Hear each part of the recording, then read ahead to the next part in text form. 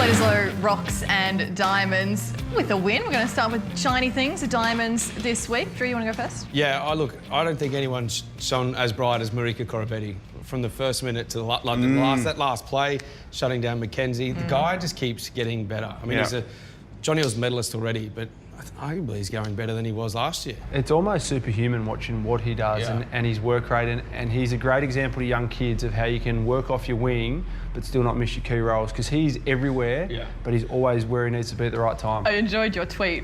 That he's going to kill COVID? Yeah. I've got faith in him. With his left pinky. I mean, it would even take all Marika he's that strong. Left pinky, COVID, pan. It is a bit heartbreaking as a Tigers fan to know that he started his career at the West Tigers, same as Tunkeli Naivora. But anyway, I agree, Marika. Even still, he got man of the match, voted man of the match in that game, but even got a yellow card. Like, you're doing it right. If you can get a yellow card and then still get man of the match. It's not until you get ground level you appreciate actually how destructive he is. Like, you see it on TV, but when you actually see him up close and feel, it almost emanates out off players that he knocks over with or without the ball, how powerful he is unbelievable. We often used to pick a granite 15. You said the word. Captain coach. Jerry Collins always used to lead the way, and Jerry still is the captain of my granite 15, but he's in there without a doubt. Absolutely. You mentioned yellow card. I'm going with, as a diamond, Lockie Swinton. He got a red.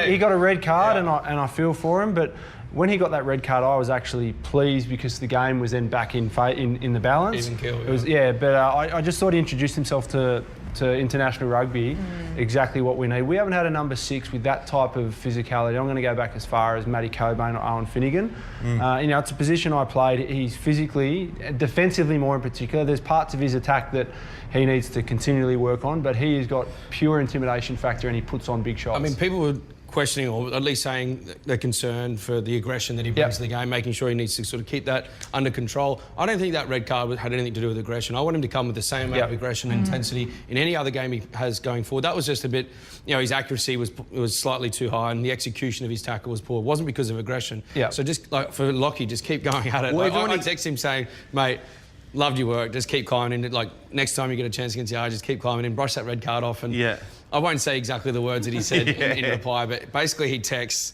in similar fashion to the way he plays.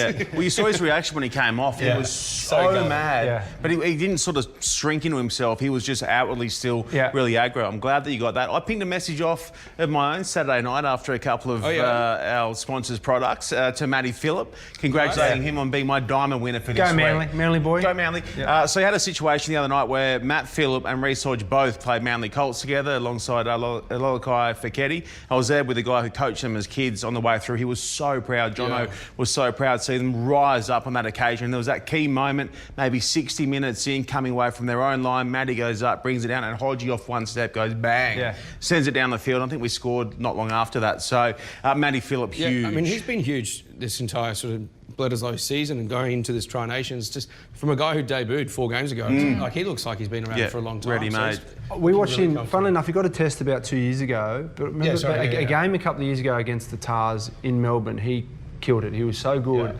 And at the start of the year, we're all talking about who we want to bring in. Do we bring in Will Skelton, Adam Coleman, Roy Arnold? Well, there's value in actually backing who you got here, because it's given Matt Phillip a chance to be a regular Wallaby. He'll go over to France. I think it's a one-season deal. He wanted to come back. And sure enough, let's get him back here for that World Cup. It's been a really good year for Matt Phillip.